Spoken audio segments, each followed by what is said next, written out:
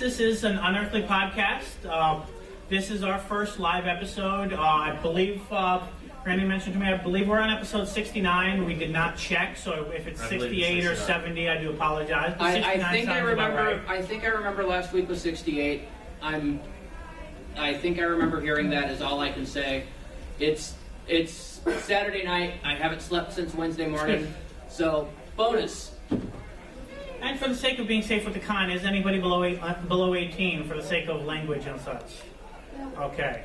So I can say that Madam Faster would probably appreciate our episode number. Yes. I don't think it's that. I mean, we're not showing boobies, so I don't think we have to worry about 18. Most people here can deal with stuff. It's not going to be any worse than what's on Adult Swim sometimes. Yeah. Only the lack of a censor. I don't think anyone quite angry enough at the episode to go into a 1,000 F-bomb rant. No. I am not going to break into Gordon Ramsay at any moment. I am, like I said, on a very lack of sleep, so I'm probably going to be a little raw tonight, but...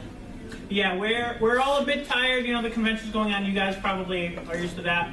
Those at home might not be tired, but, we are at GeekCon 2014 for anyone watching the video not aware. And it's been a long day and a long convention. There's been a lot of things going on. A lot of interesting, a lot of stuff happening. There's been a lot of everything except sleep. Yes. Every single time I have tried to get sleep, I have been interrupted. Not just that. This morning, I tried to go into bed at like 9 in the morning to get a couple hours before I had to go to stuff. What happens? Just when I start drifting off, room service. I am Bill Sylvia, also known as the Man in Black.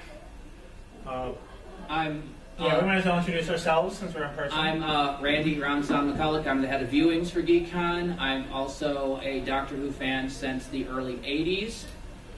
I am a writer and editor of fan fiction, also in the Doctor Who genre. And by this point, I can be listed as being a critic.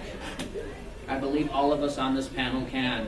By the way, if any of you want to either follow more about the podcast or about me specifically, unfortunately I had an issue with Staples and couldn't get everyone business cards, but if you do want any information, feel free. If not, we won't be offended.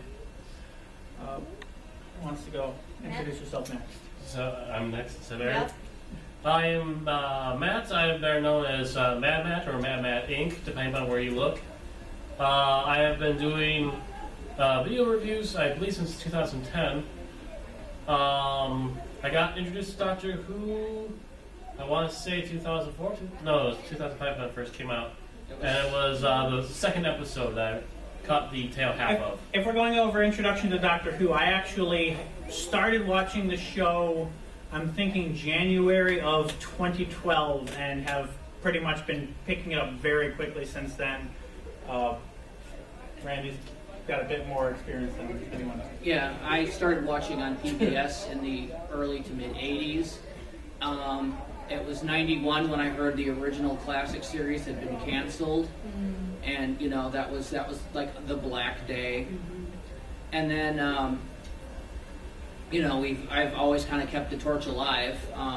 Though I did kind of wander into other sci-fi fandoms for a while. I was a big Star Trek fan in the 90s, etc. But the second I heard Doctor Who was coming back, I was right back on that bus, and I've been riding it ever since. I have my issues, but, being a fan, there's stuff you like, there's stuff you think is crap. Okay. Alright, my name is Aaron Romeo Moon Burke. I do writing, I do artwork, I do video game streaming. I have a podcast called Lounge Leets, which we'll be doing a panel with tomorrow. We sit in the bars and taverns of various MMOs, and we talk about the games that we like to play, and do some role-playing, too. And I've been a fan of Doctor Who. I've watched it on PBS, watched reruns of Tom Baker and Peter Davison, and once Colin Baker came around, I kind of had a falling out with this series. I didn't quite like the tone of it or anything. The tone. Sylvester McCoy was just kind of a little weird. So she missed out on Sylvester McCoy's best seasons as a result, which we're still trying to get her to watch. Yeah, pretty much. So, but For the record, my favorite classic Doctor. He beat out over. It was originally William Hartnell till I watched all of season 26. You shall be assimilated. but yeah, Talk rating is compulsory. But yeah, I also work in viewings under Randy. I'm actually in charge of a Otaku theater, which has gotten me back into the anime fandom, which I had kind of left for the video game fandom back in 2008. Felt that I'd kind of gotten a little too old to watch anime, but now I've kind of gone back into it again. It's a drug. Is that a thing to be too old to watch anime? It's It is when you're 30 and people and everyone in the anime is talking about high school problems, and you're just Yeah. like, I wish this was Cyber City. I wish this was the original Vampire Hunter D. That kind of thing. So Shoot, if you end up in those kind of drama it's stuff things, it's a let's drug. go. You get out of it, it keeps sucking you back. Yeah, you just need to find the right show. yeah. Also, since we're talking about viewing heads, I am the other viewing head. I run the Eclectic Theater. It's strange movies, old movies, foreign movies, and also foreign TV shows. For instance, this last morning, we had Iron King, which is a giant robot-esque show based on the idea of Ultraman and produced by some of the same people. So they just went with what they knew. And I'm been the head of Geek Cinema since it came out, so I'm in charge of all the sci-fi viewings. So all the Doctor Who that has been on the schedule in the last 3-4 years is me. I generally show the latest series of Doctor Who on the overnights between midnight and 6 a.m. Kind of hard to do this year, as between last con and this con, the total number of Doctor Who episodes can be counted on 2 fingers. So, since we're doing also comedy this year, I'm filtering it in with a little bit of Red Dwarf. Which is also a good show.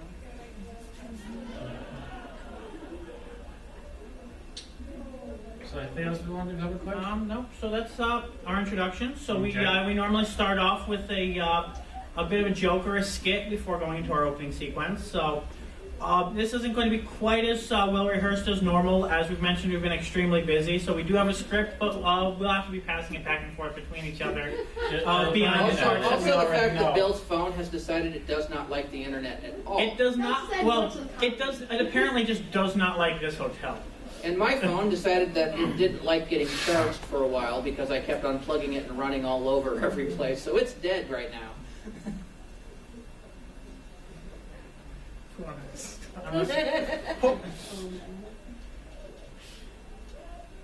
Okay. We right at the top here? Yeah. All right. Right. I think I'll actually do this. No, Clara, the question is, what burns apart from dinosaurs? Oh, me. Yes, Clara. More dinosaurs! Wood. This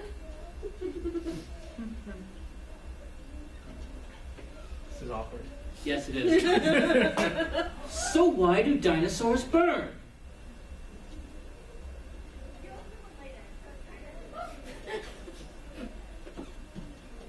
Because they're made of wood? Yeah, this is this is good. So how do we tell who else is made of wood? Going that way. Oh, we can build a bridge out of them!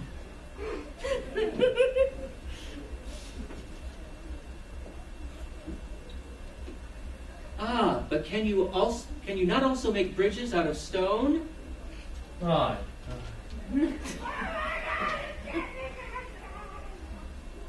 said, "Oh, so it makes you again." Oh,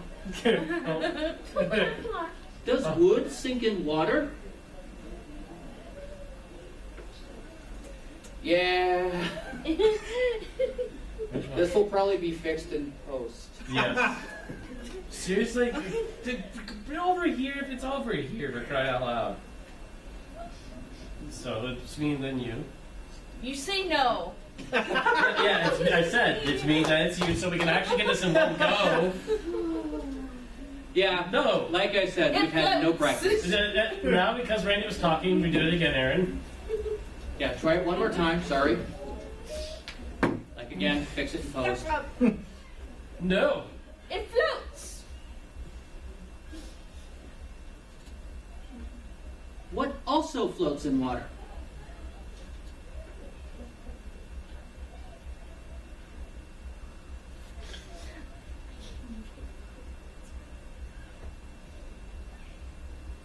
Okay, so it's me, then Bill, then me again. Brett, No. Can you tell we're all very tired?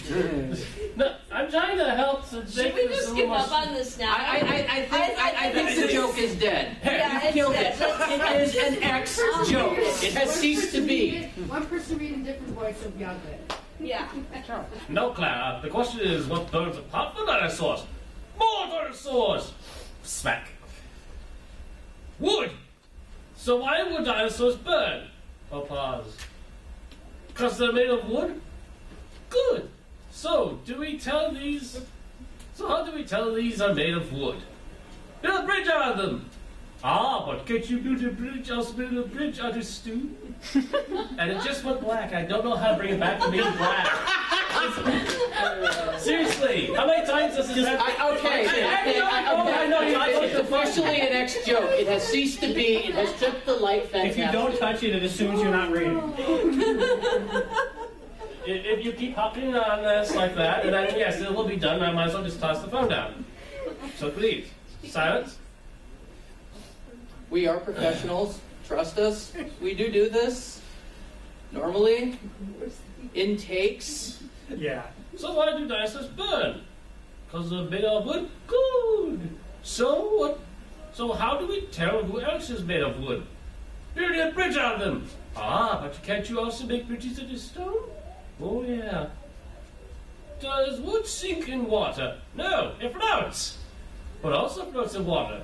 Bread, apples, cider, gravy, cherries, mud, a duck. Exactly. So logically, if they weigh the same as a duck, they're made of wood, and therefore, the next victim. And an A at the end. Thank you for pointing out my terrible texting. So, And for not breaking his phone. That would have been an interesting thing.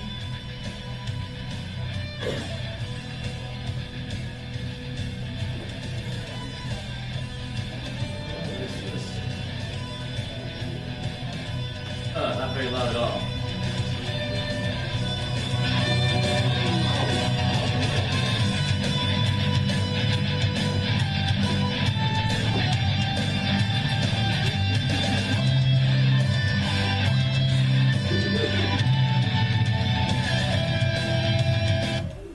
Yeah, I actually do that about every time we play the theme to the normal podcast. I actually start headbanging to it.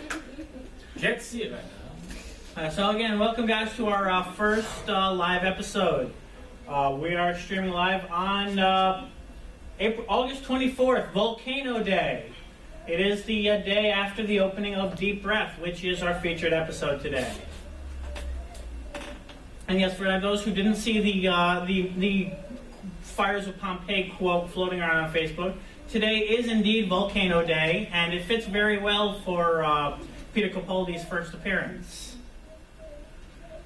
Very appropriate, very ironic.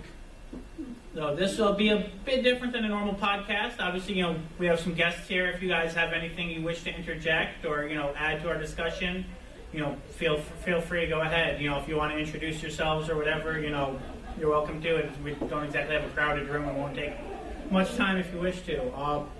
As always, we start with the news. So we do have some news. Episode 2 and 3 official blurbs came out.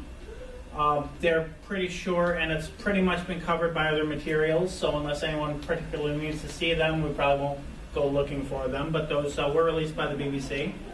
There is a new title sequence that appeared in Deep Breath earlier today, which was originally made as a fan opening which Stephen Moffat then proceeded to decide that he really liked it, contact the fan, and have him make the new reel opening. Apparently, there were not that many differences from what we saw, except for the original version had the seal of Rassilon from the classic series, and Moffat was like, no, no, no, Yeah, no, no, no. I noticed a few small touches at the very I think there's least. also a few less clocks.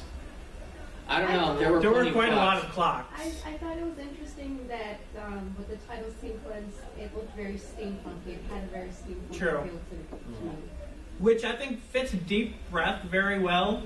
I don't know if it fits the rest of the season as well. I don't know. It kind of reminded me of, the movie where you had him in the TARDIS and the entire wall of clocks. Okay. My theory is that the TARDIS shook in the time vortex and all of those clocks fell and created an opening sequence.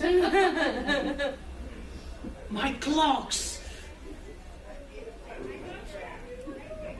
That could actually be what was going on at the last line in the end of the movie. Oh no. This isn't really news anymore because it's a little too late to act on it, but it was a bit of news announced during this week. I guess there's so much demand for Deep Breath same-day screenings that they decided to have one at midnight tonight in select locations. This wasn't one of them. We will be getting these screenings, I believe, on the 25th on Monday at Point Cinema. I would be going, except I expect to be dead on Monday. Not completely dead, just lying in bed twitching. He will be an ex-Randy.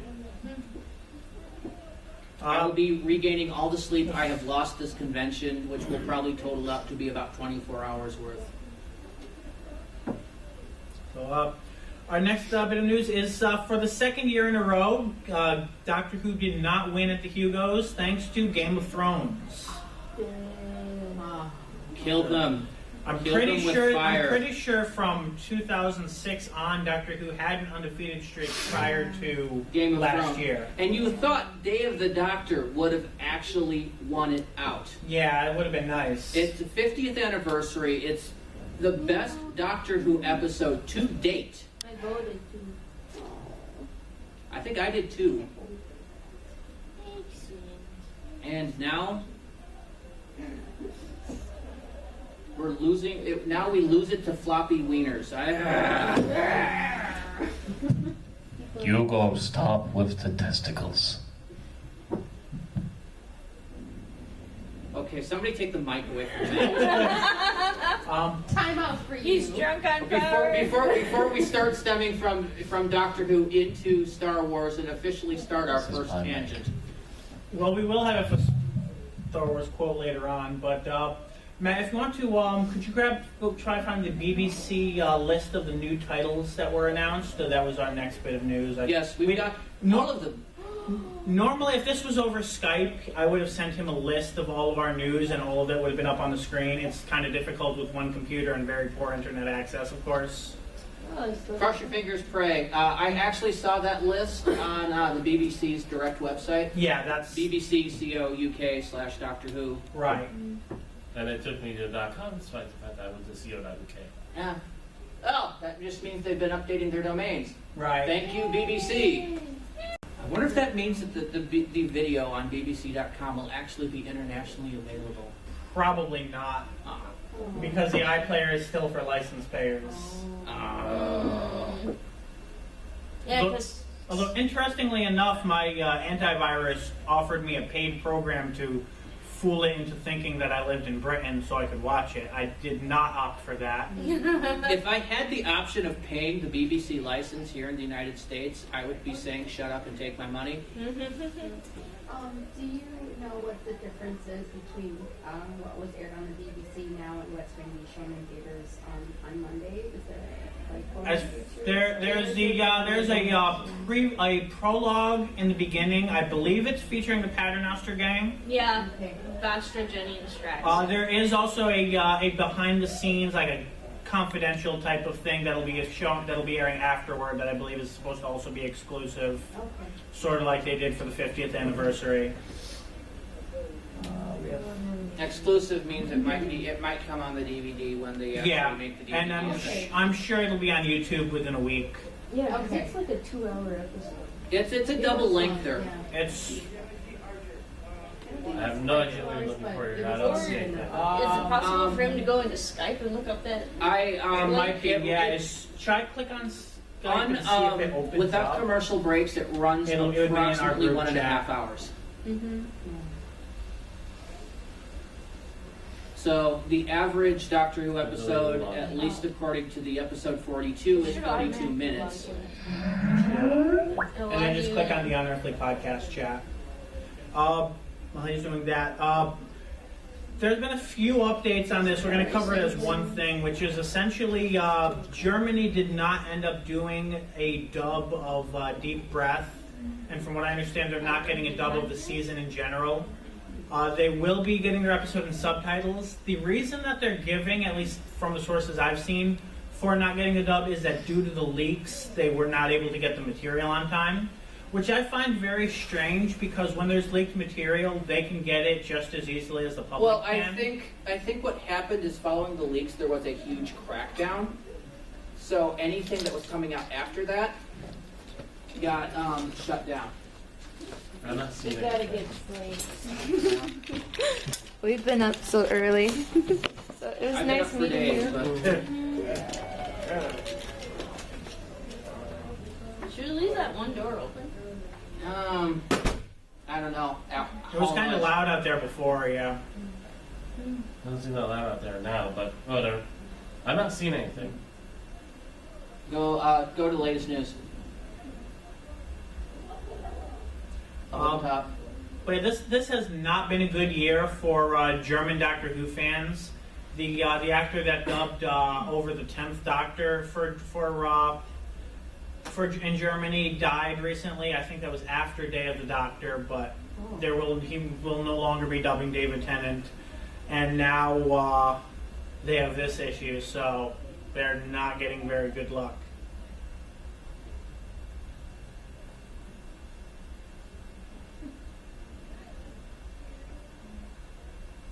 Our next There we bit. go. Oh, we got it? Yeah. Okay. All right. So episode 1, as stated, was Is Deep Breath. Deep Breath.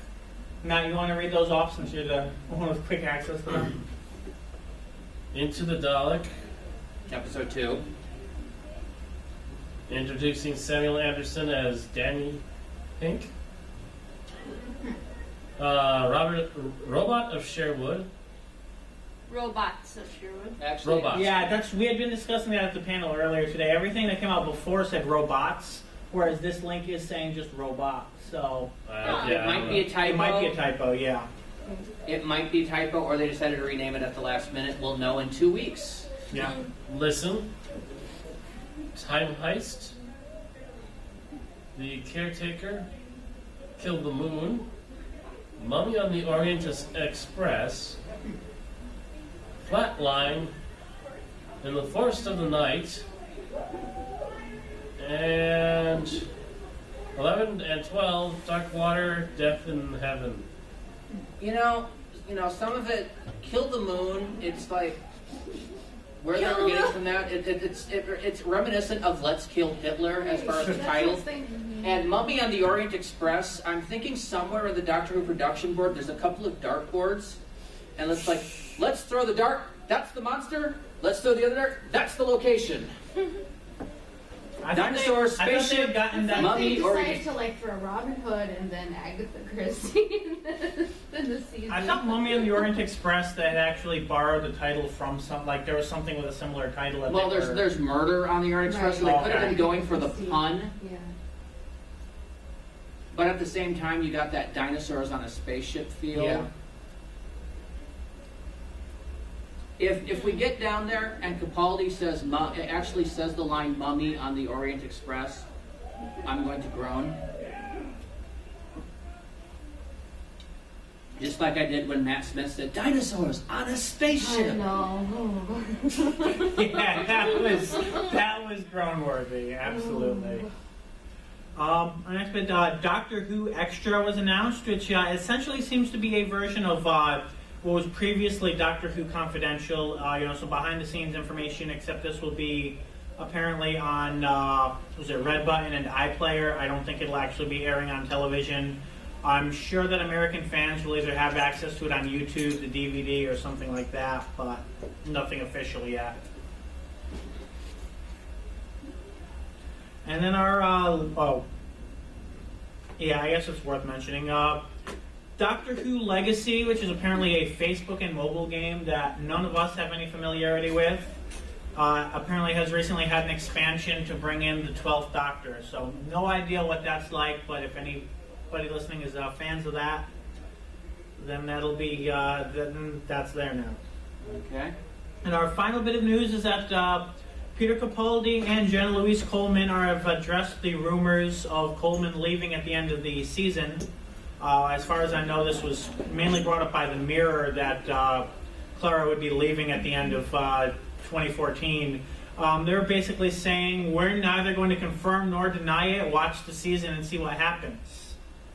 Yeah, their official statement is we have no official statement. Right. And Coleman saying this is fun. Now they tried to say, oh, we don't even know if Coleman's going to make it through the whole season, but we do know that she has been signed on for the Christmas special, so she will be appearing in some form in the Christmas special. Whether or not she's in next season, we'll have to watch and find out. Yeah, and the Mirror is not the most reliable of sources. It's like getting your news from the National Enquirer. Exactly. Every once in a while, they hit it out of the park, but they don't have the greatest batting average. Yeah. And that's about it for news. Okay. So here we go into our normal episode summary. Yep, just give me one moment to gear myself up for this. Summary time.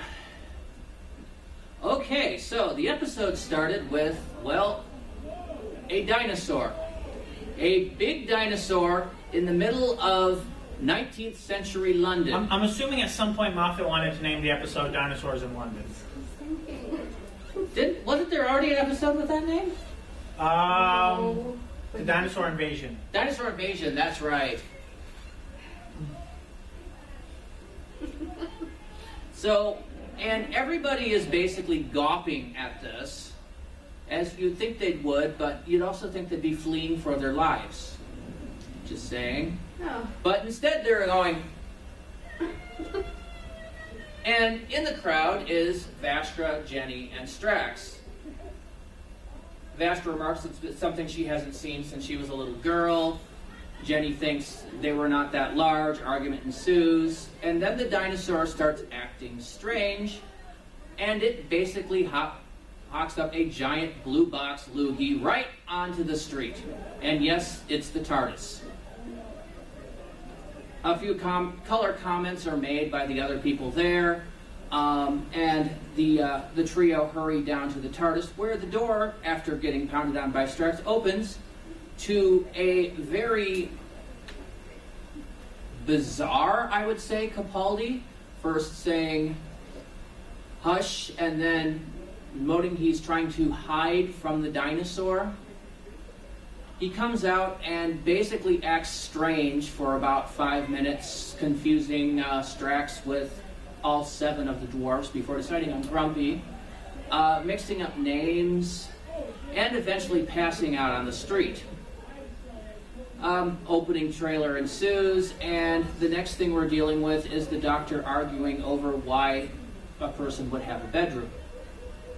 This argument goes on until eventually Vastra attempts the Vulcan mind meld with Peter Capaldi and knocks him unconscious. They decide what to do, and during the conversation, Clara says, "Is there any way to change him back?" And this sets off warning bells in Vastra and starts treating her very coolly. They go down and have a conversation about what happens, during which Vastra asks for Jenny to fetch her veil.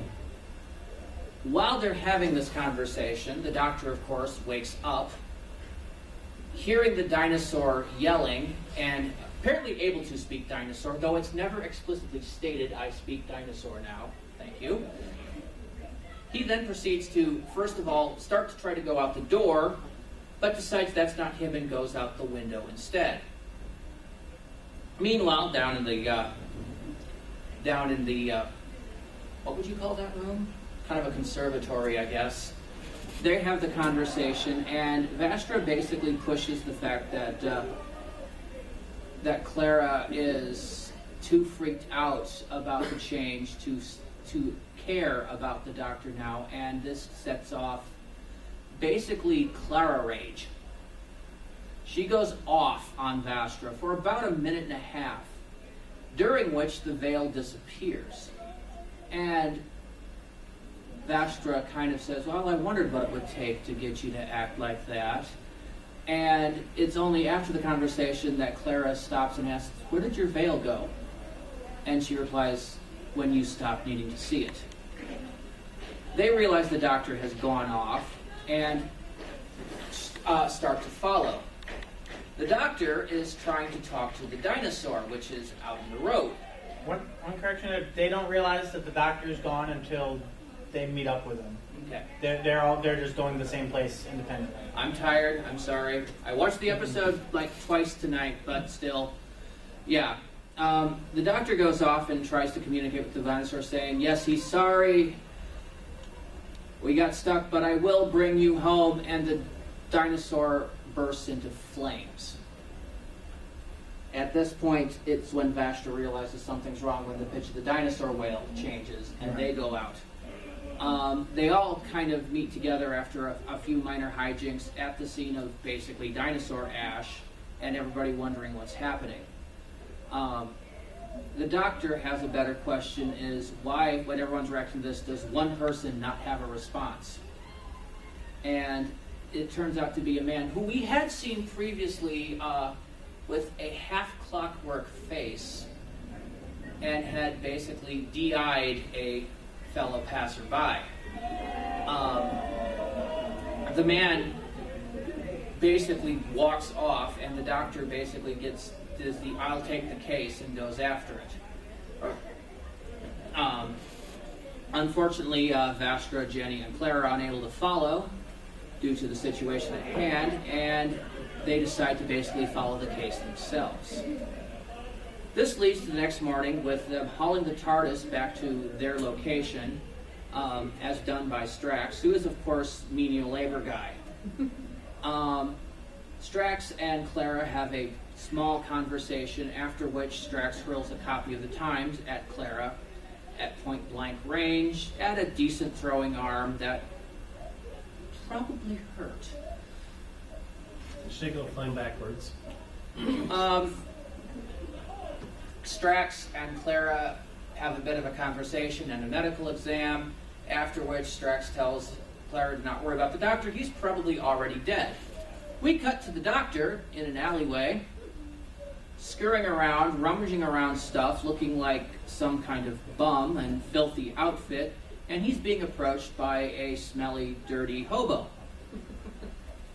Instead of what would normally happen, which would have left the doctor's bleeding corpse lying in an alleyway, the doctor manages to bewilder, confuse, and horrify this poor man Yeah. Oh, God. by exposing him to his attack eyebrows. And his freshly on face. It is during this conversation of sheer horror that the doctor realizes he's Scottish. And immediately goes from kind of a mild accent to a moderately thick Scottish brogue, and basically demands the guy's clothes. Yes, he actually almost goes, your clothes, give them to me. We next cut to Vastra and Jenny discussing the situation, which involves spontaneous human combustion that seems to have been happening in the area. Clara interrupts this conversation by coming in with a newspaper. I am abridging some of this. And noticing that there is a news article to The Impossible Girl, says the other side. After a little bit of amateur sleuthing, they realize the other side means the other side of the newspaper, which has an ad for a restaurant. Clara decides to go to the restaurant, thinking the message is from the doctor. She meets the doctor at the restaurant, but the doctor seems to think she sent the message. during the conversation, they realized neither one of them sent the message, and this was probably a trap. The doctor also realizes while there's many patrons in the restaurant, none of them are breathing. They stand to try to leave, and so do all of the patrons, with the whirring and clicking of gears.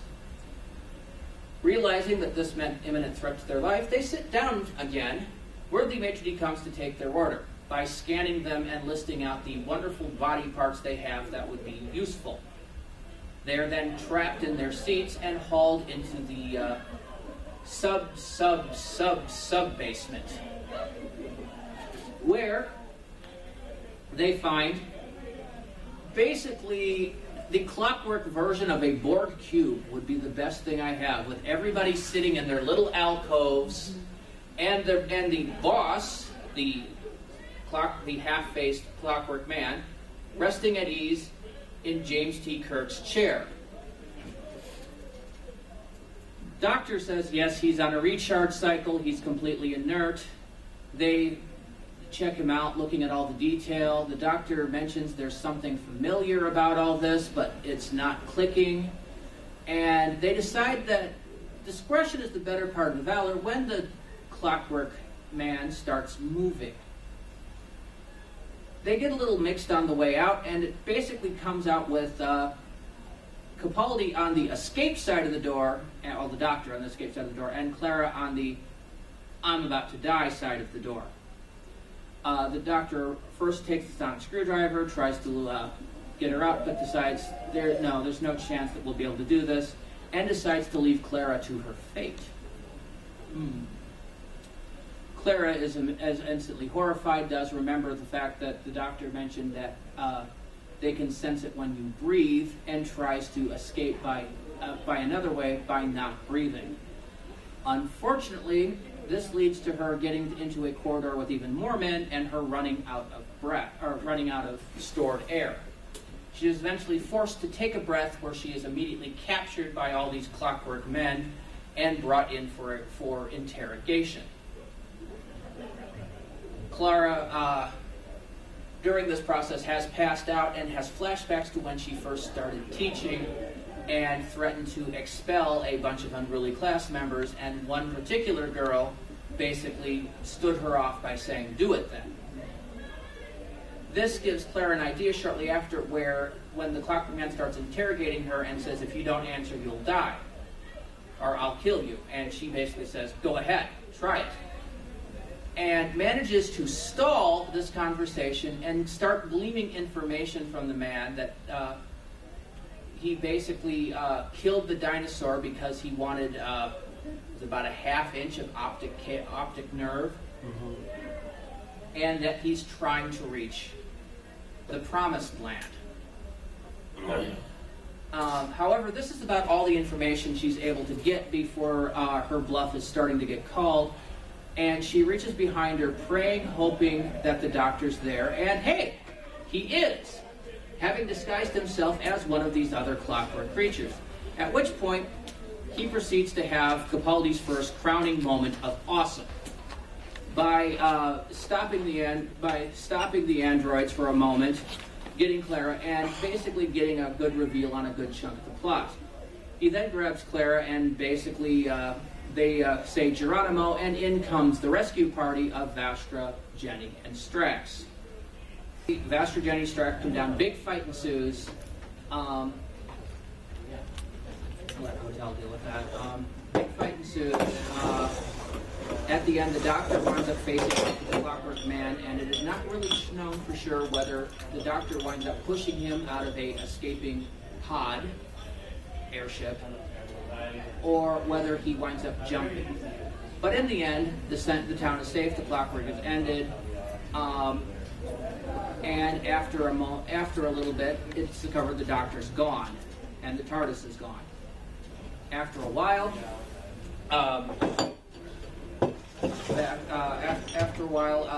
Clara decides to dress in her original clothes, which results in the doctor showing up again in the TARDIS shortly thereafter, as kind of pre-warning.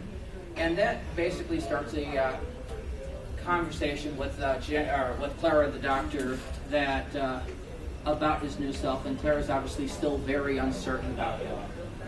The doctor takes her home, or at least so he thinks, and right after that, Clara gets a call.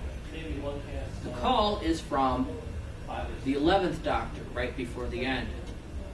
That basically tells her that regardless of what she's thinking at the moment, this man is still going to be him, and he is probably his most scared that he's ever been, and that he needs her to take care of him. The doctor hears some of this call, or at least the other end of it, and remembers when he made this call, and after it asks her whether she can actually accept this and stay with him, and after a moment of looking at him and deciding, they hug, and they decide that the doctor will go and fetch them coffee. A few moments later, we cut to the Clockwork Man waking up. This was after we had last seen him impaled on one of the spires in London. He's in a terrace in a garden, it looks like, and there's a woman there asking basically welcoming him to what she's describing as the promised land, heaven, and that she's hoping that her boyfriend didn't hurt him too much. She seems to be a little off, I would say, and very psycho. And that is where the episode ends. A little off, but very simple. Yes. She reminded me of a psychopathic Mary Poppins waving around that umbrella. He's been calling her Evil Mary Poppins Yes, I said Dark some Mary time now. Poppins to my friends. Yeah. It's the second I saw the picture when they released her, I'm like, oh my god, it's Evil Mary Poppins. Yes. I can totally see her as some kind of reborn Ronnie or regenerated Ronnie. Maybe. It's possible, but I think probably not. I can't imagine the Ronnie ever referring to the doctor as her boyfriend for any reason. Unless she went insane. It's very, very unnerving. It's not, very psycho love relationship. She could be an evil version of Romana. That would be even more weird. Romana's Valiard? Yeah. I don't think we're going to be seeing Time Lords popping in yet. The one thing that had crossed my mind is maybe this is a new incarnation version of the Black Guardian. Oh, that could be. That would be very interesting. And this is some kind of bizarre, weird game that's going on. But again, this is another dimension and everything else. Yeah. Again, though, that is purely speculative on my part. All we know is at this point she's basically psycho Mary Poppins. Just a spoonful of cyanide makes the medicine go down.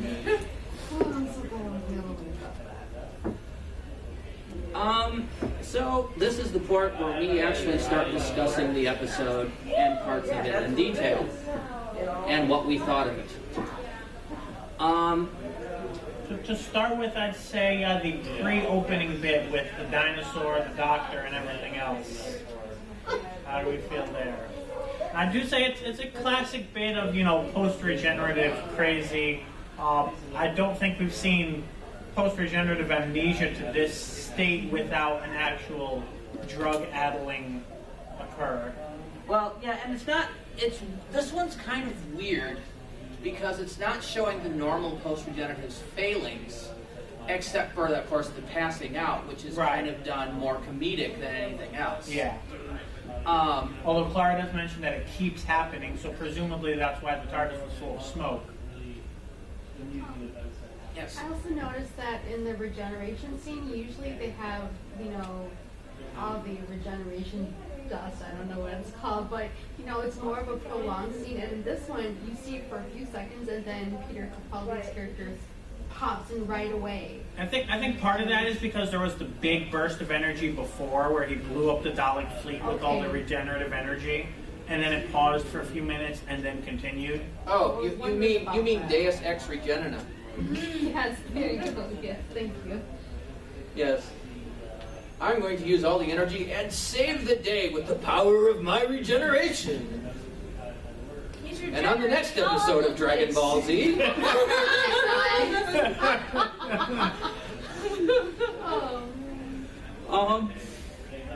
But yeah, I think they did that in deliberate stark contrast to the gradual ones we've seen. It worked on one level, and yet odd on another. I noticed that some people have made YouTube clips doing a proper morph. But at the same time, the starkness of it was a refreshing difference. The classic Who, no two regenerations were alike. And new Who, all regenerations are alike. Yeah, pretty much.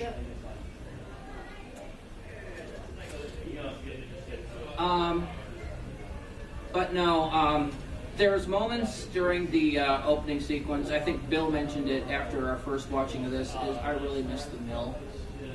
Yeah. The Mill was the CGI production group that did the Russell T Davies era special effects that made the greatest werewolf I have ever seen. And there's moments with the dinosaur where you're like, okay, that could have been better CGI. Yeah, I kind of felt that sometimes like video game graphics more than... I like the texture in that, but I thought that the movement was a bit stiff. Yeah. Kind of felt I like an thought that a lot of the texturing it seemed like it was going the right direction, but it needed that extra step. Like, for example, the skin balloon was another one where it just really did not look like what it was supposed to be. Yeah. It needed to be more patchy for one thing. Right. Yeah, that too. You only knew what it was supposed to be because they told of the you. conversation, right? Yeah. But otherwise, you're like, what It is looks like that? bubblegum. Got a lot of bubblegum. And, of course, also with the opening sequence, we're immediately dealing with Vastra, Jenny, and Strax. And yeah, she's happy. I'm not as happy because this is after we were promised by Moffat that this would be a completely different Doctor Who.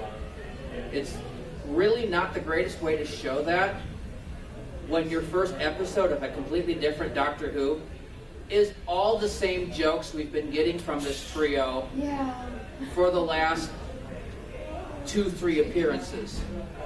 I know a lot The hair joke, the boy joke. Yeah, the thing is, I've been fed up with Strax for a while. They need to give him some hardcore character development because right now he is basically a one-joke pony.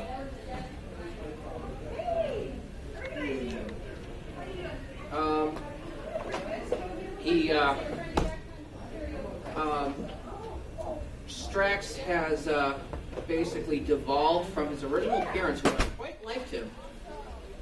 Dying did not help Strax. Yeah, he hasn't mentioned lactic fluid in a while. That seemed to be a joke that caught on and never went anywhere. And, you know, when he was in A Good Man Goes to War, he was a fairly competent medic. Yeah. He got a few things wrong, but And he had a few different dimensions. You know, he was a soldier, but he also took his new job seriously, even though it was a punishment. And now he's Dr. Zoidberg. It's really a Flanderization of his character, and I just really don't like that. He needs to have some development to stop being such a one-note character and become a more full-fleshed character. Vastra and Jenny, on the other hand, have the issue that I call Moffat can't write gay people. Although Vastra did get some characterization in here, which I know was an issue you didn't like, and I do agree with you to an extent. I think what he was doing was taking Vastra and making her more Sherlock, because obviously in Moffat's mind, Sherlock is based on Vastra, and I think he was adding some of, you know, the cold, antisocial behaviors that are associated with Sherlock Holmes to Vastra, and making her more, you know, assumes the world revolves around her and everyone's in it for her benefit, which is where you get the issues with, you know, treating her wife as a maid. Yeah, So therefore, Jenny becomes Watson, who of course deals with it. maybe, but again, that's never been a part of the arc I've liked. And again, And it's that was never part of the character before, to my knowledge. no. Well, it was. It actually was a little bit. Not in the first appearance, but by the second appearance, they started making. It started with the Sherlock references. No, I mean in terms of Vasher being, considering herself superior to Jenny in any way, or acting like she was. Well, at one part it makes sense because she's a Silurian, and they do that. But no, it's my problem is Moffat is writing Sherlock to an extent like it's Doctor Who, and is writing Doctor Who like it's Sherlock till eventually, if he kept this up, there would be no difference in the shows. And that's kind of part. And Except one would be on Earth and one would be in space. most of the time. And that's kind of my issue, is the fact that, it's like he can't keep the two jobs that he has separate. So he's been adding characters to help him make it more and more the same. And Vastra I just kind of see as the extension of that. And then of course there is the line about the Paternoster Irregulars, which of course is a play on the Baker Street Irregulars. So just all the more reason to make them the same. Yeah. And it's part of what gets on my nerves. If he wants to write Sherlock Holmes, go do Sherlock. Right. But I want Doctor Who. I'm not watching it to watch Doctor Who's Sherlock Holmes. Right. For any of that, we'd watch Tom Baker, The Hounds of Baskerville. I've seen that. I quite liked it. But that's my main issue with them, is the fact that basically, Vastra's an XP of Sherlock Holmes as an alien female lizard thing. And Jenny is essentially Watson and her lesbian lover, and Moffat has issues writing both of them.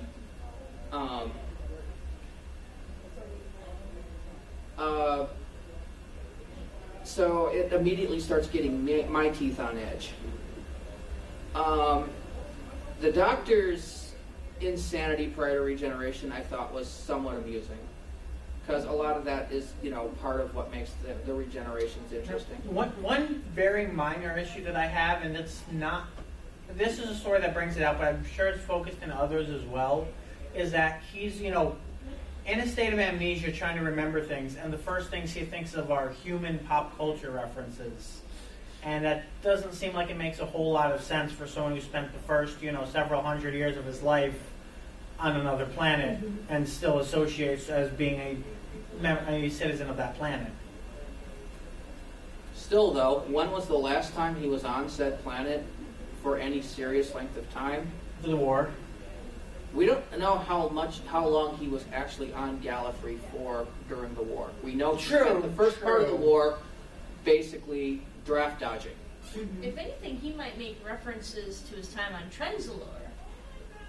He might have flashbacks Considering to that's- all the time that he spent on Trenzalore. Considering that's 800 years of his life. Which is why he thought that Clara was Handel's. He did spend more time with Handel's than he did with any other companion, really. Yeah. Except for maybe Romana. Yeah, Romana's a big question mark on how long they spent together. Well, he was, I think, 500... No, wait. I forget what the ages were, but I remember doing the math, and he had aged 200 years or so from meeting Romana to regenerating. So he would have still spent more time with Handels. Just saying. I forget when it was that Handels died. It's still, I don't know, I can't remember. Died being a relative term for a Cyberman head. Okay. Ceased functioning. It's an X-head. I will keep making dead parrot jokes all night long. We can blame whoever did the signing for the convention. Oh man. Are you kidding? Me having a chance to miss a Monty Python reference? It's just waving a red flag We've been in front making of that me. joke all convention. Yes, but I make that joke even when I'm not at this convention. I don't recall it being brought up in the podcast much. We've not. We've done a few of it. I think on Doctor Who deaths on occasion, but it's been rare. After all, if I keep selling the same joke all the time, it gets old. You listening, Moffat? Oh, okay. Alright, by the way, we are at 2:38 right now, a.m. Okay. Well, we've had a few issues, Yeah. but yeah, a few things took a bit long. Yeah. I don't even know if Matt's video By the way, is that actually is recording. still on Eastern time, if that's what you're going Yeah, by. it's on Oh, Eastern time. so it's actually. I thought that was a fast hour. I'm like, what? What? Yeah. All right, 1:38. I Okay. still want to derail it too. How do you think it's morphing into Doctor Who? I'm hearing most of that by hearsay. I cannot watch Sherlock. I've tried. I get about 15 minutes and I have to start doing something else. I feel like I'm trying to remember the name of the episode, but the wedding episode, I feel like he was channeling Matt Smith. Like Matt Smith physically took over Benedict Cumberbatch's body. That is true. I For a didn't speech. Feel like, I didn't feel like it was very Sherlockian behavior. Yeah. Now that you mention Matt Smith, I can see the similarities. Yeah. And one of the things I had mentioned on with this episode coming up was that Moffat was basically writing into all of the things that are simple for him so he could focus on a new Doctor, and making it into a Sherlock episode featuring the Doctor is definitely a part of that. I'm actually getting the feeling that Moffat's more interested in Sherlock than he is at Doctor Who at this I point. think at this point he has more ideas for Sherlock West. I really think he's burnt out on He has stated that he will keep doing Sherlock even after he is done with Doctor Who. I think he's also made Moriarty into John Sims's master. Yes. Mm-hmm. Definitely. Evil for the lulls. Yeah, pretty much. Oh, That's God. pretty much what he is. We were having this conversation. I was having this conversation with somebody. I don't remember if it was you. It's been a con. It's been blurry. Right. John Sims' master is the Joker. Yeah, Yeah. free Joker line. If you took, Which Joker? well, actually, what I was going to say, Like Okay. if you took John Sims and had cast him in the Nolan films, Okay. and you took Heath Ledger and cast him as the master, you probably would have had better movies and films. I'm just saying. I'm not knocking either particular productions. I'm just saying that I think the capabilities of those actors could have played the roles better than the people that they had gotten. Why so serious, Doctor? That said, I will still state, and I have stated before, and I will state again, I really wish they had done more with Derek Jacobi's master, because Yeah. he was inspired, brilliant. Where should in Jacobi versus Eccleston, Sims versus Tennant? Of course, I still say, bring back Tony Head and have him play the master. That would be brilliant. It would. The second I saw him in School Reunion, and I rewatched that episode. Speaking of Tony Head, though, if whoever casts for Arrow and the Flash are listening, Professor Stein, Tony Head, make it happen. That would be awesome. We could get on a whole tangent about that, but I'm going to actually try to step sideways on For that one. those wondering who Tony Ed. Tony Head, a.k.a. Rupert Giles. Yes, Anthony Stewart Head. Images.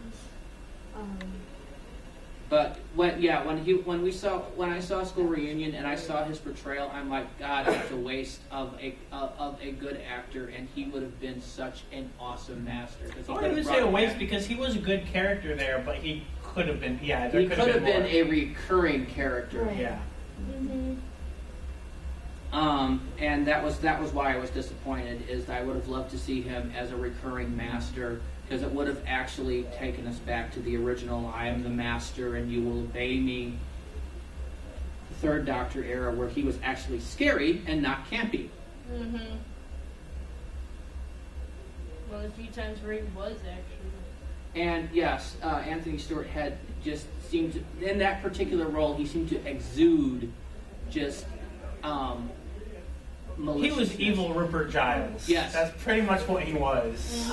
Jumping towards the end of the episode when the Clockwork Man is talking to evil Mary Poppins, and she asks him if her boyfriend, made him jump or he was pushed out of the pod, and he doesn't answer. Do you think there is a reason why Moffat left that open-ended? That seems to be the central tension of the season, whether the Doctor's a good man, whether he's the man who never would, and all of that. And that's part of the whole, darker, fiercer, madder thing. Angrier, with eyebrows. Yes. Yeah. So you do. By the way, that is my favorite scene of the entire Yeah. episode. Is the whole eyebrows scene is just I was. The thing is, all the talk about the eyebrows just brings me back to how everyone was talking about in Day of the Doctor. They're like, and not Peter Capaldi. Everyone was like, and a cameo from Peter Capaldi's eyebrows. Well, you wonder if Moffat saw that and just went, okay, we have to go with the eyebrow thing for when we're doing this. Yeah. Angry with eyebrows, yes. Yeah, I feel like I think that's something that's going to be resolved in the finale, whether, Okay. Whether the Doctor has gotten dark enough to the point where he would do that. And definitely past Doctors, if they really felt it was necessary enough, would have thrown him off. I don't know if 10 or 11 really would, because there's all the Time War guilt, but Right. he's over the Time War guilt at this point, so...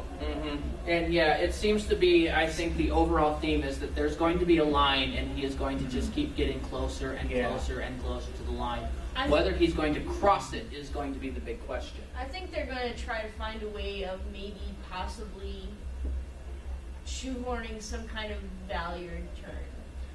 They won't bring back the Valyard exactly, Yeah. but They they'll won't. try to The make thing is, the Doctor... if they were going to do a Valyard plot, last Doctor would have been the perfect time for it. Yeah, and Valyard is the one era of Doctor Who that all the production staff are there with the 20-foot pole going, no, ain't touching that, not touching that. It's almost as verboten as doing anything that's in the movie, which is only slightly more not touching that either. Otherwise, by now we would be referring to the Doctor as Dr. Spock by now, pretty much.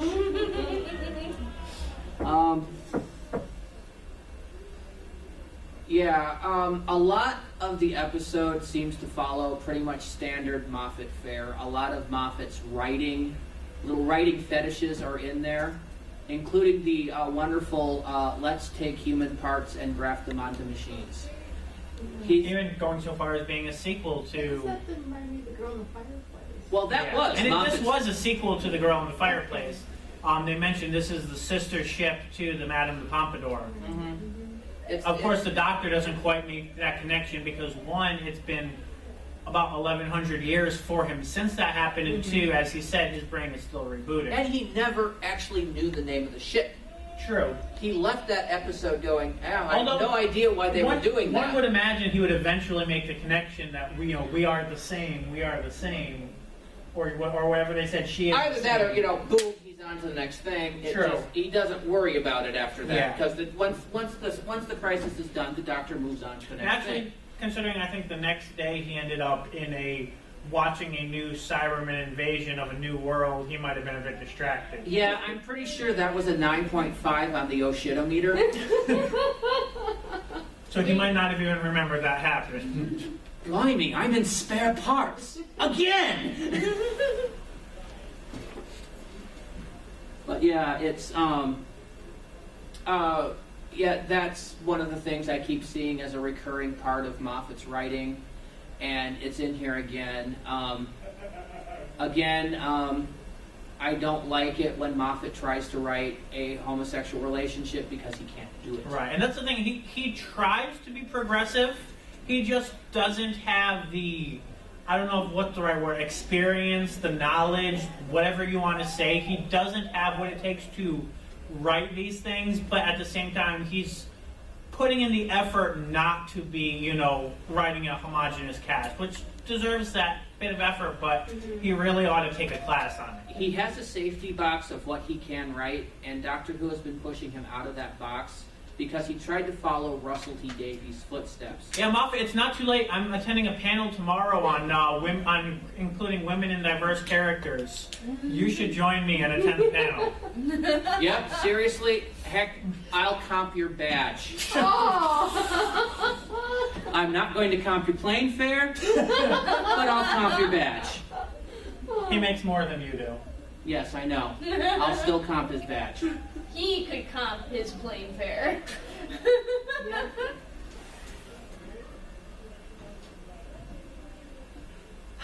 Yeah, he's not that good at writing gay people. He's not that good at writing women.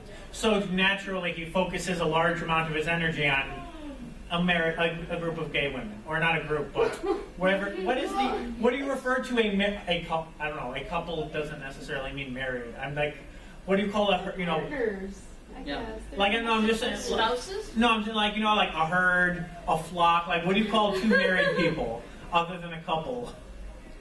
You call them married. A flock of married. I don't know.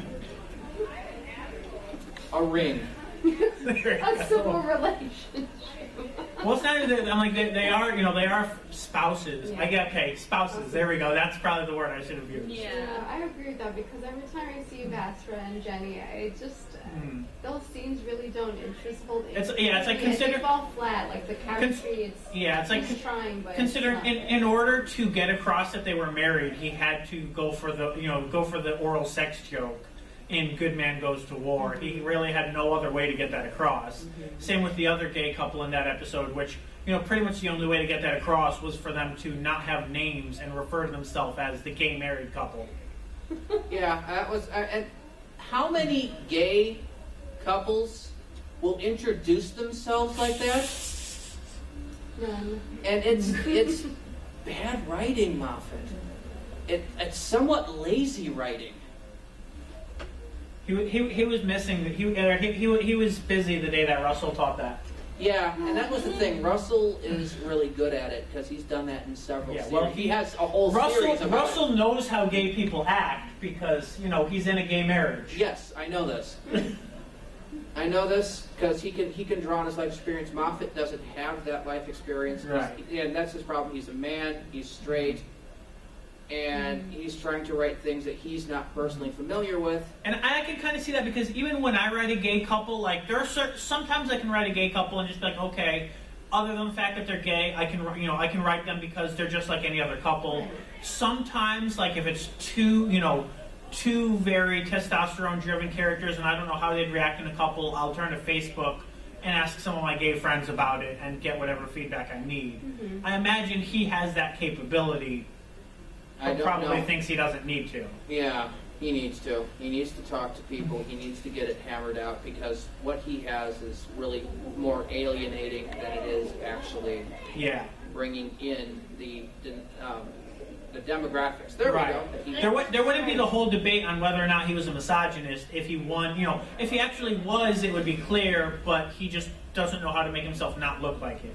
Well, and then we have the promise for this episode specifically. We have the promiscuity stereotype there that's thrust upon a lot of gay couples and gay people, and we also have kind of misogyny of seeing a menage a trois with all women, attractive women. Oh, you're Except just I mean, there is Basra is a lizard woman. yeah, and I'm like, specifically in that I don't scene. even want to think how that works. Yeah, I'm like, and I don't think that's really what he was going for. But again, poor writing. He was mainly going for, hey, yeah, you're another person who's here to serve me. You can help brighten up the room by adding another attractive thing for me to look at, and that's all that was going for. That scene just set my teeth on edge.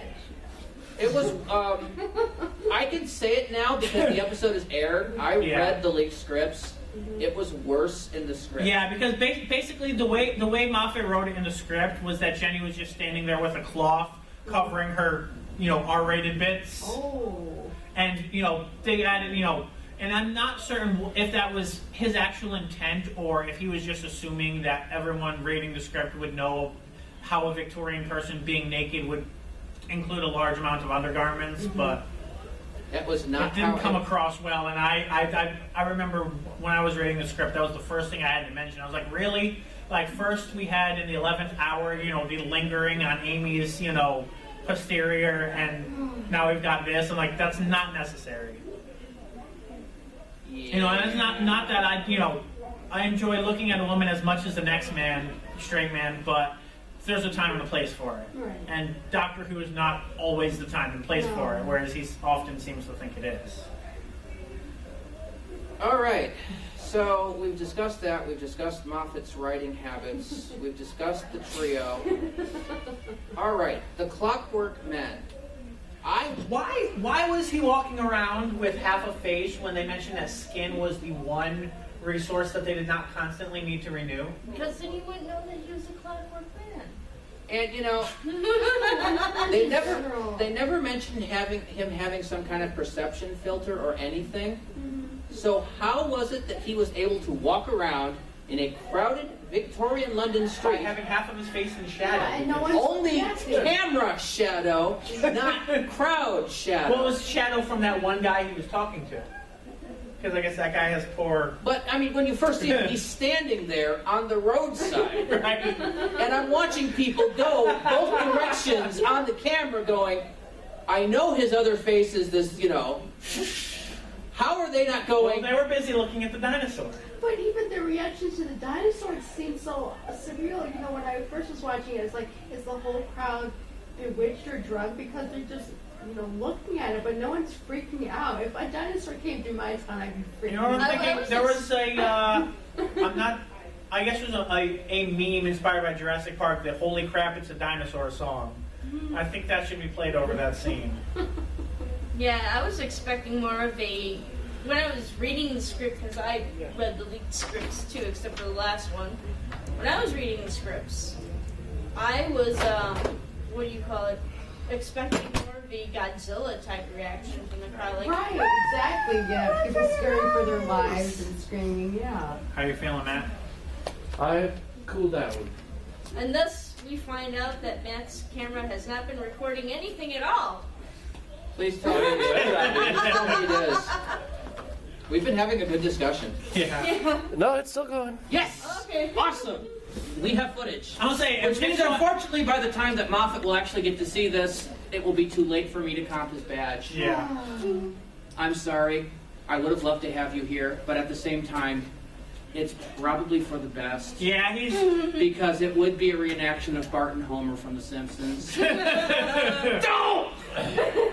Well, I don't think it's going to be that. I think it's going to be a reenactment of Rejected with the silly hats. I would just say take him into the All of a buffer sudden, room, we lock him turn around and in. start clubbing the bats.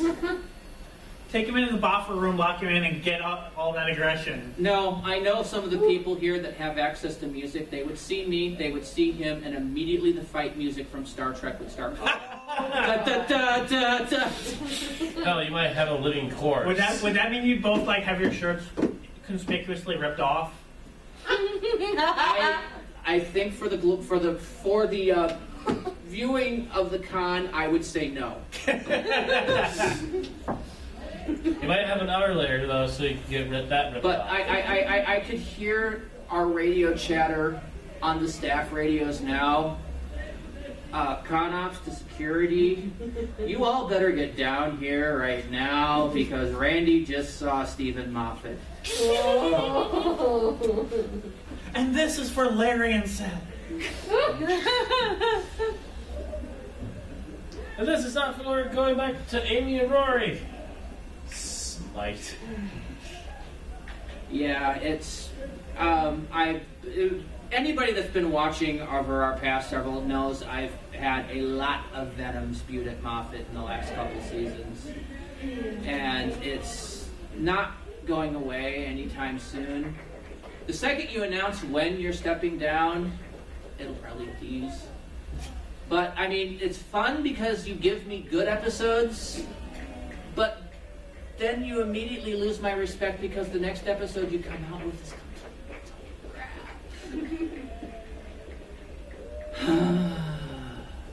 it's like a roller coaster of nice disappointment, and then He's such a tease. Oh, so since we talked about the Clockwork Guy, I've been waiting for about 2 hours or 2 or 3 hours to use this quote. You're more man now than machine, twisted and evil. Twisted and evil. Yes. I can't do that. And I actually came out trying to do that voice, and I came out sounding like George Takei. Wow, my voice impression thing has apparently taken a dive. It's rebooting now. The moment now. Hang on. That was very. Do not want system restore. Start normally. Okay. Captain, we must go to Uranus. All right. I don't think we need to reenact that little bit. Matt and I have been working viewings, and we've had some very strange ideas over the course of no sleep. They've both been. Yes. This was just us BSing, working a shift at viewings, and Erin was doing her best to ignore us. I think I was just falling asleep. Yeah, it's possible. We will probably come to on Tuesday going, what the heck were we thinking? Captain, I have found Vulcans. But yeah, That one's handsome. I liked Moffat returning to one of his creations that was not a weeping angel. Yes. Moffat. Please. Although a Vashti Narada appearance would be nice. Yes, I would love a Vashti Narada appearance. I'm kind of hoping for one in the future. As long as he actually takes the time to do it. And doesn't give them 1,000 new powers. Yes. Yes, the power curve on the Weeping Angels have made them completely kind of useless to me now as a monster. I will say it. I've said it before. I'll Really, say it at this again. point, the next time they appear, they pretty much have to be, in a time war against the Time Lords. I mean, we've seen, Statue of Liberty Angel, which was full of wrong. There are so many ways it was wrong, and I'm pretty sure Moffat just did it because he saw a Facebook picture and went, that's cool, I'm doing that. Because apparently that's how he works. That's how he got his opening theme. Yes. True. That's also how he came up with the giant steampunk Cyberman. There needs to be an intervention, and someone needs to take the social media away. Giant steampunk. Are you referring to the one that in the Davies, the giant Cybermen of the Davies era? Was that Davies? You're talking about the next Davies. Doctor? The Cyber Yeah. King? Yes. Yeah, that was. That was mildly. That was the Davies episode.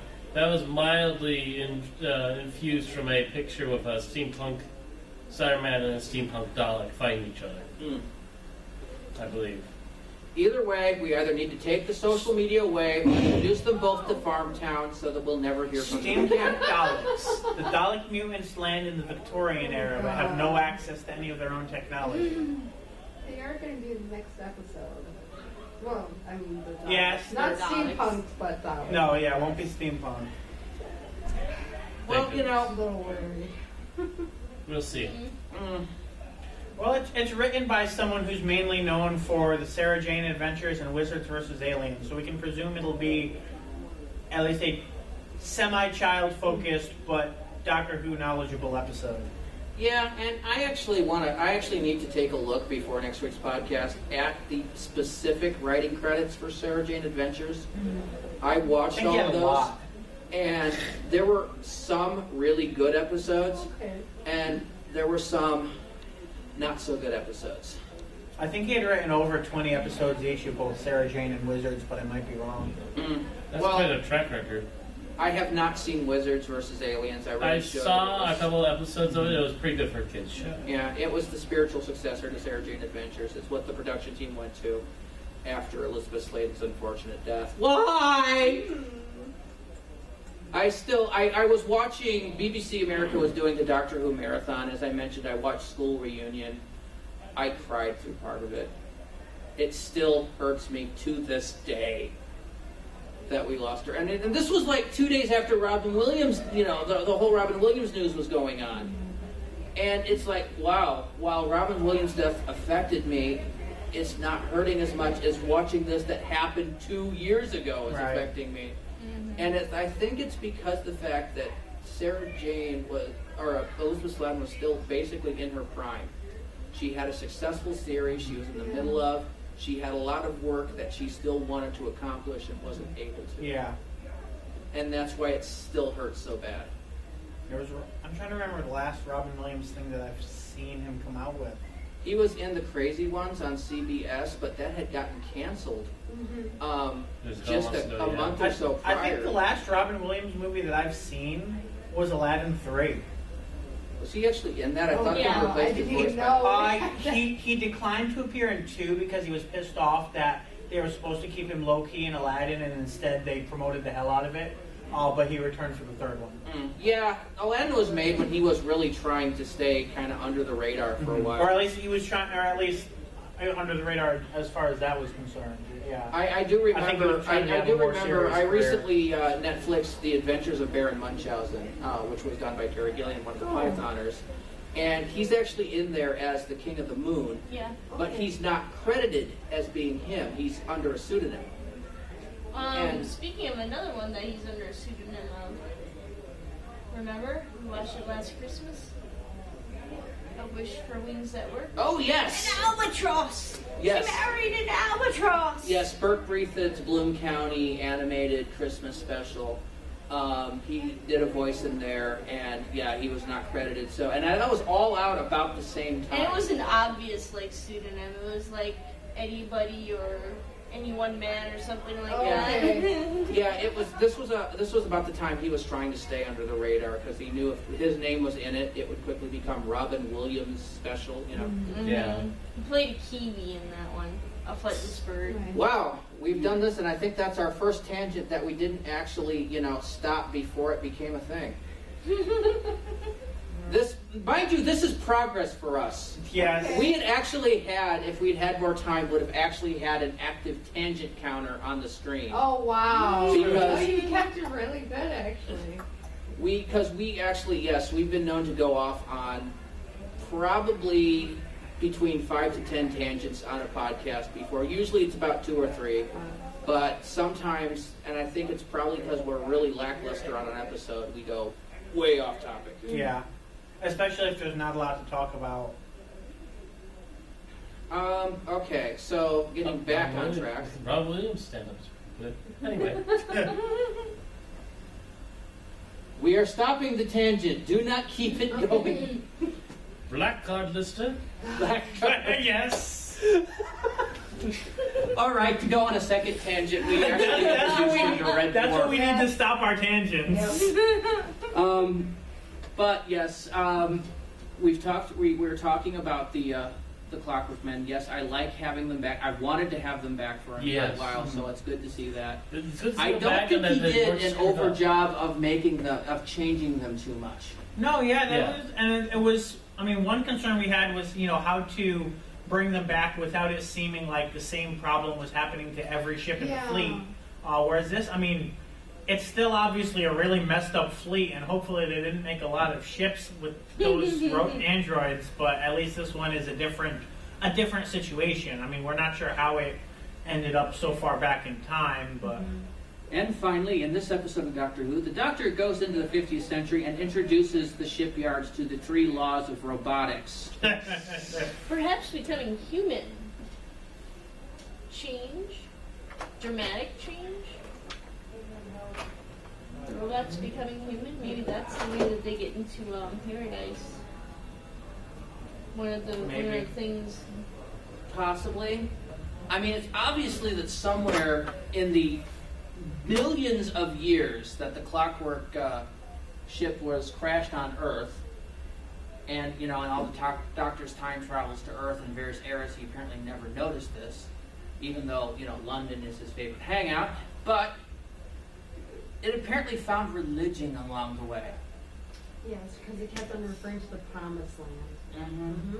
Yeah, one was that might have been a conscious effort by one of the Doctor's enemies, or possibly even she who appears to be the big bad of this season, as we've been calling her, Evil Mary Poppins. Yes.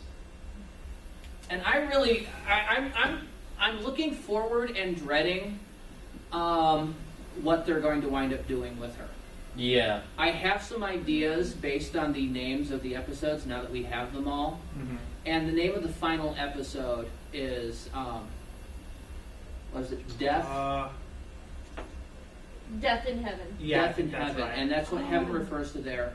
And what Yeah. I'm really hoping Moffat's not doing is going from, Killing the doctor again? yes, going from for somewhere they meet and he rejects her and she goes from I love you to I kill you, and we get another season of heralding the doctor's Well, death if- because you've not done this 3 times before. If she kills him, then he goes to heaven and has to stay there. But what happens when if you're in heaven and you're killed? That's I don't Goku. You disappear from that plane of existence. Oh, jeez. But technically, that was the Haven't home you for seen Infinite Dragon Losers. Ball No. GT? No, I haven't. I think we might end up back And in... that goes in the bad place with the episode that shall not be named. You might end up back at the on-ramp to Snake Way. With Hans and Franz, yeah. The Hans and Franz. I'm gonna do 50 push-ups. Yeah. Assuming that's an abridged reference. Yes, it is. And then 60 thrust squats. Anyway, it's just something I'm not hoping he's doing because it would be. I mean, if you've looked at since he's taken over, Series 5, TARDIS blows up. It's assumed that the Doctor would blow up with it. Not what happened, but still. The doctor does blow up with him and is resurrected by memory. Yes. Series 6, we start with watching the Doctor die and dealing with that all through the entire series. And Series 7, we hear that the Doctor's final death place is in Trenzalore. And it's We've all got about him. that. We've got you threatening to kill him enough. We have seen this. We've seen the story now. We know how it ends. We He saw winds up this- living. We saw this in the RTD era as well. Not to the extent and not as Yeah. repetitively. Yeah, I feel like, Moffat is so agonizingly drawn out. Yeah. It's basically, And what RTD did, he shot the doctor, and the doctor regenerated. You know, there was no massive build-up. No. He shot the doctor. it's like, with most writers, you'll at least get enough together that, when you're handed a basket of fruit, you're handed a nice variety fruit basket. You've got your apples, you've got your oranges, you've got your grapes, and Here's you've got a your basket bananas. of oranges, a basket of apples, And Moffat has basically gone, and it's completely bananas. Moffat is completely bananas and is going, here's your basket of apples, here's your basket of apples, here's your basket of apples. I don't like apples! I'm tired of the apples. Yes. That reminds me of the bagel situation upstairs. Staff has been basically getting bagels every morning from the same place. Inundated with bagels. I could take a bagel. With healthy bagels. Would you like a bag or two? Sure. We're getting Well, more tomorrow. I don't know. Will I get stopped by security on my way out to the Just on the stop by plane? the door and we'll start handing you bags. I'm saying, will I get stopped on my way to my plane on Monday morning? Bagel police. Drop the bagel. Say, what Drop. are you smuggling in all these bagels? I don't know. What do you need? Oh, before we make that a black card situation. So let's see. What have we not touched on? Okay. The fact that he decided to make this a restaurant. I'm not sure what I feel about that, actually. It's a good trap. It was a good. The Granted, trap idea I liked.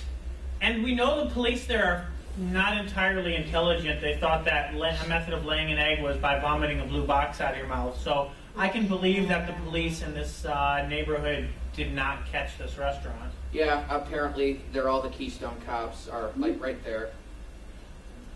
But there's gotta be a better way of trapping more people.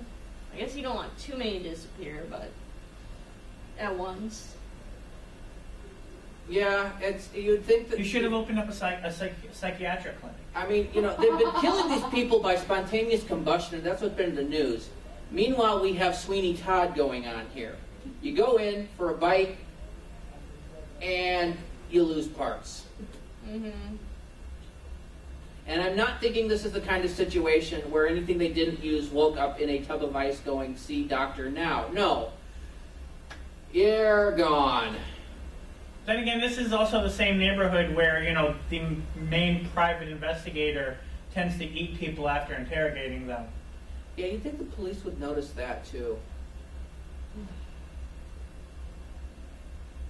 And that was always the part of Vastra, by the way, that always has kind of horrified me a little. It's that she's doing this, she's outright killing these people, and the doctor's still going, my friend. Mm-hmm.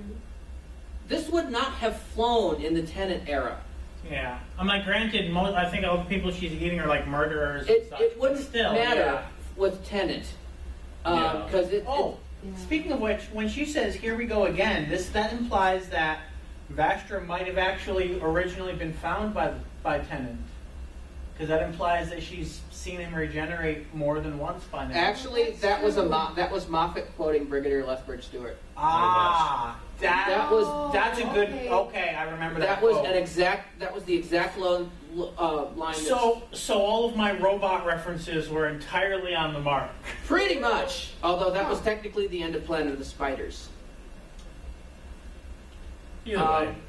But yeah, I didn't catch that the first time I watched it. The second time I watched it, But that pretty much says he's thinking of the same scene I am. yes, he's thinking of the third to fourth regeneration Okay. when he brought that line up. Either that or he looked through all the regeneration scenes for a throwout line. Okay.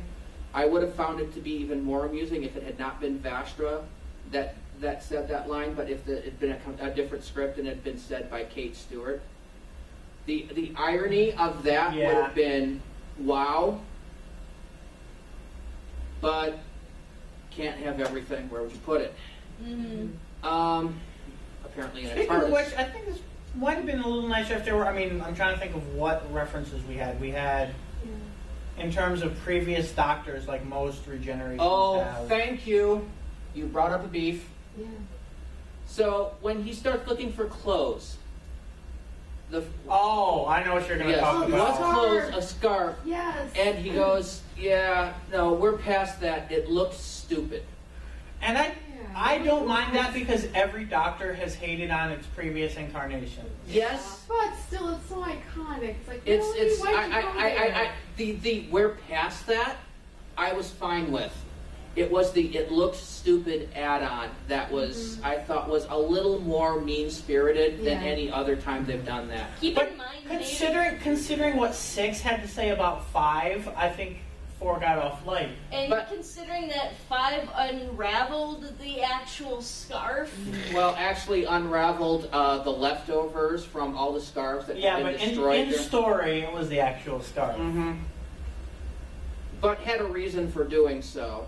But I just didn't like it because it was just such a side throwaway line that the only reason it was included was to be kind of a direct jab at the Fourth Doctor era. I kind of think that it is a direct jab, but I also see it as kind of like a person throwing out old. Yeah, like I see it Like as something bell-bottoms. completely fitting the Doctor's personality. You know, he's never had that much nice things to say about his past incarnations or their taste.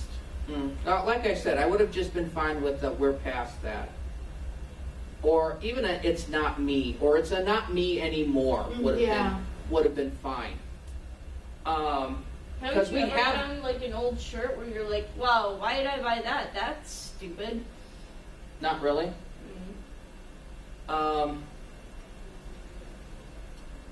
But no, we've seen the Doctor in later things come out in that outfit, and he'll have a comment on it, but it's never been that bad. It's like the Seventh Doctor came out with it, looked at it, It's and old went, hat. "Old, yeah." And really just We, means we had discussed that as to whether it was as bad or not. yeah, and it's old hat basically means it basically means we're past that. Right. And so yeah, I'm fine with that bit. It was the direct. It looks stupid. Seemed a bit too negative, but maybe that's because he's trying to add a more negative edge to the quality. But I'm also worried about that because that takes us into Sixth Doctor territory. Speaking, actually, that wanted to remind me because in this, I mean, it's been hinted at happening later in the season as well. But in this episode, we have both the Doctor and Strax making derogatory remarks about Clara's appearance in one way or another, and to an extent, people can take a joke, but for a show that is a family show, knowing the issues we have lately, I feel, there's only so much you can constantly criticize the appearance of, someone who's generally considered to be an attractive young woman without it having a negative impact somewhere down the line. It stops becoming, I know, Matt Smith had made a few remarks about that toward Amy in the past. Not Matt Smith, but his doctor. Mm-hmm. Now we have Capaldi's doctor doing that with Clara, and then we have, Strax isn't helping.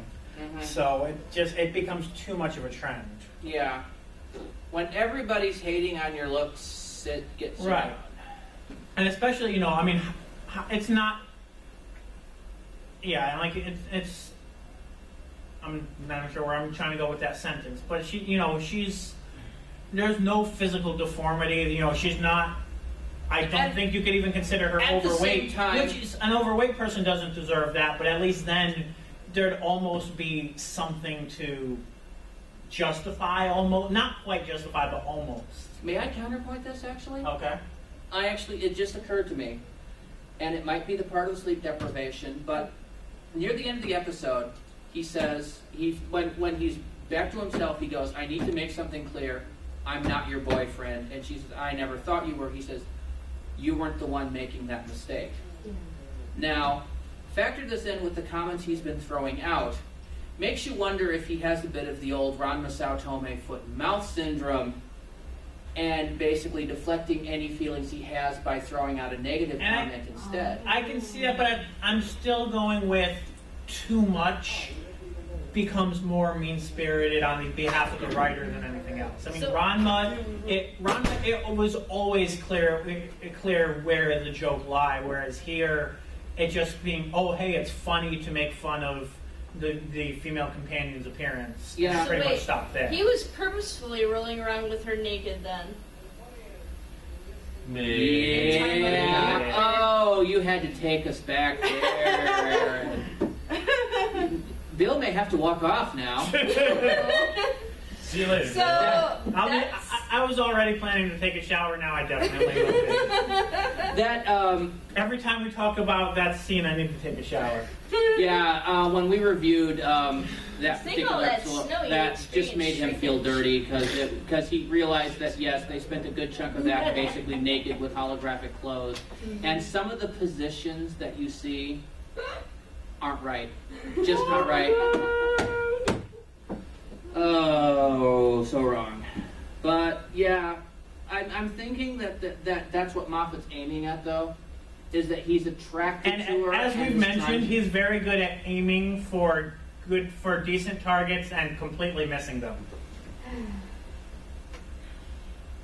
On the next episode, Stephen Moffat will be taking those aiming lessons from Green Arrow. Not a level ranger. I'm trying hard not to make a reference because it's something I shouldn't know about. Yeah, let's not talk about that. Yes. If River Song was here. Oh. Actually, that was part of my plan. If there was anyone cosplaying as River in any of our panels, I would assign that person to the task of pointing out if we're going into too much spoiler territory. Then again, that might have just sent me into just. Like any of the people on the podcast needs to hear my 45-minute River song rant again. I think I've done it 3 times now. If the rumors are true and she appears in the finale, I'm sure we'll hear a new I like one. the idea of River Song, but I don't like what they actually did with her in the show. I like some of the ideas of River, but not the entirety of it. Yeah. I'm sorry. Like I said, I'm a fanfic writer, editor. I have my little box of ways to detect a Mary Sue, and she has all the check marks. And that's all I'll say. I won't go into the more parts of it. And there's also the fact that as a psychologist, or I should not a psychologist, but as someone who has a psychological interest and some psychological training, you actually look at their relationship and you're like, oh God, this is extremely unhealthy. They both need to get far away from each other. His love for her is essentially based on guilt, whereas hers is, essentially hero worship. And that's a really bad combination of things to build a relationship off of. Yeah. I don't know what Moffat was thinking. I would like to think drugs were involved. And if so, could he mail some to me? But yeah. If we were in the 80s, something horrible would have happened to River by now. I mean, even more horrible than Series 6. There was one good thing that came out of Series 6, and that was Neil Gaiman. Thank you.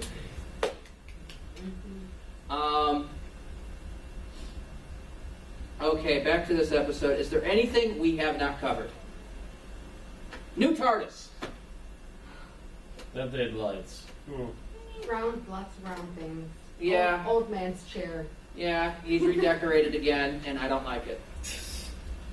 When they introduced the TARDIS set in the Snowmen, I said that it was the most awesome TARDIS set I'd seen ever. I later revised it. Yeah. I later revised it that there are a couple of problems with that set, in that the gray, the uniform gray, made it feel a little too Star Trek movie. That might have been part of why they relit it. I still prefer Sylvester McCoy's last TARDIS / Paul McGann's first. Yeah, I don't mind the fact that they relit it. I just don't like their lighting choice. It was essentially purple and yellow. Yeah, I would have liked them to keep the original blue center console. That worked very well. It looked really nice. The red, I guess they're using red to reflect Capaldi's angrier personality. Yeah, the darker but thing. it makes it feel more like a Master's TARDIS than it does a Doctor's TARDIS. The bookcases, to an extent, I don't mind those. Because it does give a more kind of lived-in feel. But considering how much the TARDIS shakes around these days, I wouldn't want those in the control room. Yeah, I was just thinking. Considering that the episode started with, the TARDIS smoking. Yeah. I'm just saying, oh, we're out of control. I need a wham! They're not real. Doctor! They're molded to the shelves. And in the next episode, the Doctor gets amnesia because he gets hit in the head by a book. And yeah, the old man chair bothers me. Yep. Because the rest of it had this sleek, futuristic look. And you just have this random chair in the corner. He pulled that chair out of his old, out of the one that I described. He went back and found, it's probably not the same chair, but if you look at it, it's probably different, but the same idea. It was an easy chair for reading your H.G. Wells novel with a cup of tea. Oh yeah, that one wasn't overstuffed. This one looked more like a lazy boy. Yeah. And unless it qualifies as the lazy boy of doom and has weaponry involved, and it says it's the Doctor, it wouldn't. Well, see, it's a torture device so that he can keep his stay on edge, so he can be ready for any situation. So he sits in the diabolical torture device known as the comfy chair. That's actually what he has his standing power naps in. And he just happens to take 17 of them in a row. I can just see that. That should be the beginning of an episode. Him lying in a chair. And Clara walks in going, really? Power naps, Doctor? Really? But yeah, some of the stuff I like about the new TARDIS, but a lot of it I don't like. It's some of the lighting though just really bothers me. As long as this one doesn't have fuel rods. No fuel rods ever. No. Oh, boy. Oh God, you had to mention that episode. The only episode worse is the episode that shan't be named. And I still refuse to refer to it as an episode, as it was outside. It was post '89, pre '96, made for a special. Dimensions of Time. You seem like you wanted it. What is this? I need to know. Thank you, because he's been threatening the past 2 weeks that if I brought it up on this convention, I'd get a kick. I can't hit her. Oh. I think we should watch that next. No. I watched on my own. Although it almost came up in our podcast earlier today because we were counting multi-doctor specials, and I wasn't sure what he was counting. Yeah. Then I would have had to right there on that panel kick you in the dick. Are we moving on to final thoughts? Yes, think at we this might point be. we are, because the TARDIS was. And right about there is where the camera footage ended for that night. For those of you who don't know, I had to step out temporarily, but quite possibly due to the fact that I had become ill to lack of water or something else of the like. It took a few moments, but I eventually did pull myself together and came back for the ending of the show. As for our final thoughts on the episode itself, to put simply, for every good thing that we saw, there was a couple of tiny bad things we also saw. So in retrospect, not only for Randy, Bill, Aaron, and myself, but our viewers that were there live, as well as Tim, which will be in the upcoming episode, we have all agreed, every one of us, that it's a very middle-of-the-road episode. It was a 3 out of 5, essentially. And there has been no debate on that. There's literally been no debate on the averageness of this particular episode. It's important to see because it is the first episode with Capaldi now. But so far, most of us would actually argue that the next episode might be a little bit better. But that is for next time. Thank you all for watching. Hope you have enjoyed seeing us live and together, all of us, for the first time, actually. This is the first time Aaron, Randy, and myself have actually seen Bill face to face. The only time we've interacted with Bill has been by voice or over recorded camera footage. Thank you all for watching, and we'll see you all